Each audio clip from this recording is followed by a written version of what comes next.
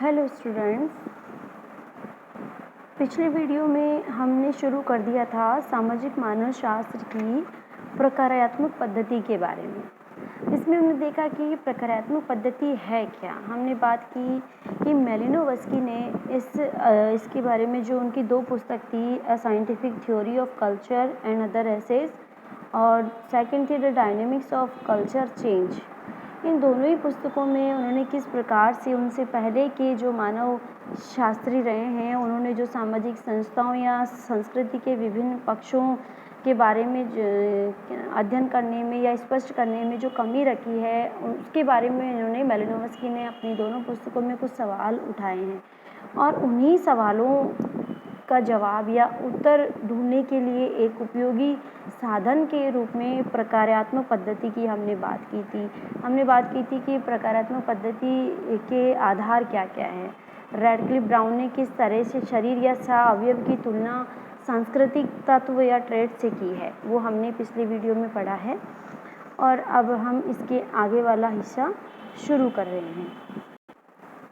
देखिए, प्रकार्यात्मक पद्धति निश्चित रूप से यह स्वीकार करती है कि संस्कृति का हर एक तत्व किसी न किसी प्रकार की क्रिया करने के लिए जन्म लेता है। अर्थात संस्कृति के प्रत्येक तत्व का कोई न कोई कार्य अवश्य होता है, और वो मनुष्य की किसी न किसी आवश्यकता की पूर्ति अवश्य रूप से करता है। इस प्रकार संस्कृति का हर एक तत्व दूसरे तत्वों से, उनसे भी उसका क्या होता है, प्रकार्यात्मक संबंध होता है, फंक्शनल रिलेशन होता है। और मतलब प्रत्येक सांस्कृतिक तत्व जो है आपस में संबंधित होते हैं और आपस में आश्रित भी होते हैं। इस प्रकार्यात्मक संबंध को ढूंढने का और उनका विश्लेषण करने का, उनके बारे में अधिक से अधिक जानने का ही इस पद्धति का प्रमुख उद्देश्य होता है, जो हम पढ़ रहे हैं प्रकार्यात्मक पद्धति। ठीक है, इससे स्पष्ट है कि प्रकार्यात्मक पद्धति इस बात पर ज़्यादा जोर लगाती है कि संस्कृति के अलग अलग तत्व, विभिन्न तत्व एक दूसरे से आंतरिक संबंध के कारण जकड़े हुए हैं, और ये सारे के सारे तत्व मिलकर ही संपूर्ण संस्कृति को क्या करते हैं, बनाते हैं, जैसा कि हमने पिछले वाली वीडियो में बात की थी। इसलिए किसी भी सांस्कृतिक तत्व का हमें अन्य तत्वों से अलग करके अध्ययन नहीं करना चाहिए। ठीक है, सांस्कृतिक तत्व का अलग पृथक होकर कोई अस्तित्व नहीं है, और न ही उसका अलग से कोई अर्थ निकलता है। अगर हम शरीर से हाथ को काटकर या सिर को काटकर अलग रख दें, तो क्या उस कटे हुए सिर का या कटे हुए हाथ का कोई मोल है, कोई महत्व है? नहीं है। उसका महत्व, उसका मूल्य तभी है जब वो हमारे शरीर के साथ में संलग्न है, शरीर के साथ में जुड़ा हुआ है और कुछ काम कर रहा है। ठीक है, तो इसी तरह से सांस्कृतिक तत्व का भी पृथक रूप से कोई अस्तित्व नहीं होता। ठीक है, संपूर्ण संस्कृति के अगर बात करें तो उसमें भी ये शरीर का एग्जाम्पल जो मैंने अभी आपको दिया, ये बिल्कुल सार्थक हो जाता है। ठीक है, इन शॉर्ट अगर बात करें तो इस पद्धति के अनुसार टोटल कल्चर या संपूर्ण संस्कृति या समग्र रूप में संस्कृति, कल्चर एज ए होल का अध्ययन करना चाहिए, ना कि इसके विभिन्न पक्ष। जैसे कि संस्कृति के विभिन्न पक्ष में हम मान लेते हैं धर्म हो गया, जादू हो गया, विवाह, इनका अलग अलग अध्ययन करने की आवश्यकता नहीं है, बल्कि इनको एक इकाई मानकर उनका अध्ययन करना चाहिए, जबकि इनका अलग अलग अध्ययन करने से वो अर्थहीन बन जाएगा। प्रकार्यात्मक पद्धति के अंदर सर्वप्रथम हम मानव की उन आवश्यकताओं का पता लगाते हैं जो उसकी शारीरिक या मानसिक तथा अंत में उच्चतर बौद्धिक, हायर इंटेलेक्चुअल सर्वाइवल को बनाए रखती है, उच्च बौद्धिक अस्तित्व को बनाए रखने में सहायक होती है। फिर हम उन तरीकों या साधनों का पता लगाते हैं जिनके द्वारा उन आवश्यकताओं की पूर्ति होती है। ठीक है, शारीरिक और मानसिक आवश्यकताओं को पूरा करने के तरीके या साधनों के समग्र रूप को ही क्या बोल सकते हैं, संस्कृति बोल सकते हैं। और यह संगठित व्यवस्था, ये जो पूरा इंटीग्रेटेड सिस्टम है, जिसमें एक खास ढंग से शरीर का पोषण होता है, एक खास ढंग से विवाह या परिवार बनते हैं, एक खास ढंग से अन्य शारीरिक की मानसिक की आवश्यकताओं की पूर्ति के साधनों का संचय होता है, और एक खास ढंग से यह सब कार्य कर रही है, जिस ढंग से वो कार्य कर रही होती है उसको संस्कृति कहते हैं। प्रकारवादी पद्धति के अंदर संस्कृति का अध्ययन इसी रूप में होता है, और जो मैलिनोवस्की है उन्होंने इस प्रकार के अध्ययन को ही क्या कहा है, संस्कृति का वास्तविक अध्ययन उन्होंने कहा है। ठीक है। रैडक्लिफ ब्राउन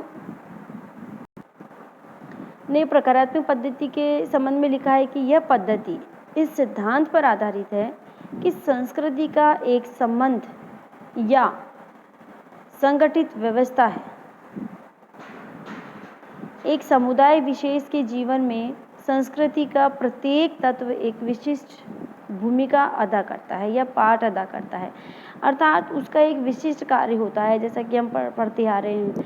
यह पद्धति यह स्वीकार करती है कि सभी समाज या सभी संस्कृतियां कुछ सामान्य कार्य के नियमों के द्वारा नियंत्रित या व्यवस्थित होती है, और प्रकारात्मक पद्धति का उद्देश्य इन्हीं सामान्य नियमों को खोजना है, ताकि खोज के आधार पर किसी भी संस्कृति के किसी भी तत्व की व्याख्या या विश्लेषण को प्रस्तुत किया जा सके। फॉर एग्जाम्पल, अगर हम एक सामान्य नियम ढूंढ निकालें कि संस्कार या उत्सव का जो मेन जो कार्य है वो क्या है, सामूहिक भावनाओं को बढ़ाना है, सामूहिक भावनाओं की अभिव्यक्ति करना है, ठीक है, और सामाजिक एकताओं को बनाए रखना है। ये हमने एक सामान्य नियम निकाल लिया कि कोई भी उत्सव होगा तो उसमें सामाजिक अभिव्यक्ति होती है, सामूहिक भावना की अभिव्यक्ति होती है और एकता बढ़ती है। तो इसी भावना के आधार पर हम किसी भी संस्कृति के जो संस्कार है या उत्सव है उनकी व्याख्या हम कर सकते हैं, और इस बात का विश्लेषण कर सकते हैं कि उन संस्कारों में या उन उत्सवों के द्वारा कौन सी सामूहिक भावना एक्सप्रेस होती है और उनका सामाजिक एकता बनाए रखने में क्या योगदान होता है, ये सारी चीज़ें हम बता सकते हैं। तो रैडक्लिफ ब्राउन का मानना है कि जिस प्रकार की लॉजिकल मेथड्स का प्रयोग फिजिक्स में, केमिस्ट्री में या अन्य किसी भी प्राकृतिक विज्ञान में होता है, उसी प्रकार की पद्धतियों के द्वारा प्रकारात्मक पद्धति भी जो है सामान्य नियमों की खोज करती है। जैसा कि हमने बिल्कुल हमारे फर्स्ट वीडियो में पढ़ा था, मानव शास्त्र जब हमने शुरू किया था, कि मानव शास्त्र भी एक विज्ञान है। ठीक है, तो विज्ञान होने की सबसे पहली आवश्यकता यही है कि वो सामान्य नियम बना सके, उसकी एक पद्धति होनी चाहिए। विज्ञान होने के लिए उस विषय की एक पद्धति होनी चाहिए, एक विशेष विज्ञान के कुछ नियम होते हैं कि कैसे तथ्य एकत्रित होंगे, किस तरह से वर्गीकरण होगा, किस तरह से निष्कर्ष उनका निकाला जाएगा, और निष्कर्ष निकालने के बाद किस प्रकार से जो है नियम बनाए जाएंगे। उस पद्धति पर उस आधारित पद्धति पर यदि हम किसी विषय का अध्ययन करते हैं तो वो अध्ययन हमारा वैज्ञानिक अध्ययन कहलाएगा।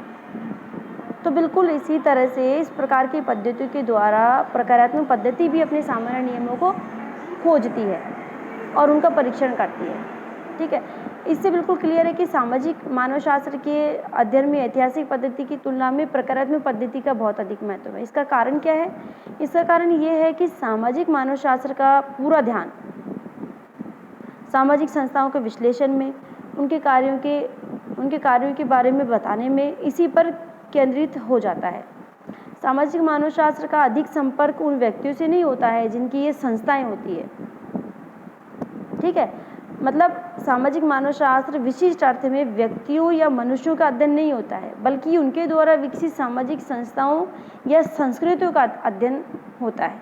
आया समझ में? तो व्यक्तियों या मनुष्यों का अध्ययन मानवशास्त्र और विशिष्ट अर्थ में इतिहास करता है। सामाजिक संस्थाओं का अध्ययन करते हुए सामाजिक मानवशास्त्र इन संस्थाओं के कार्यों का विश्लेषण करने का प्रयत्न करता है और संपूर्ण सामाजिक जीवन में प्रत्येक संस्था का क्या कार्य है इसको मालूम करता है कि हमारा जो संपूर्ण समाज है इसमें कौन सी संस्था का क्या रोल है, उसका क्या कार्य है, सामाजिक जीवन में उसका क्या योगदान है, इसके बारे में मालूम करना जो है प्रकारात्मक पद्धति के अंतर्गत आता है। और इन शॉर्ट अगर हम माने तो प्रकारात्मक पद्धति का शॉर्ट रूप यही है। ठीक है।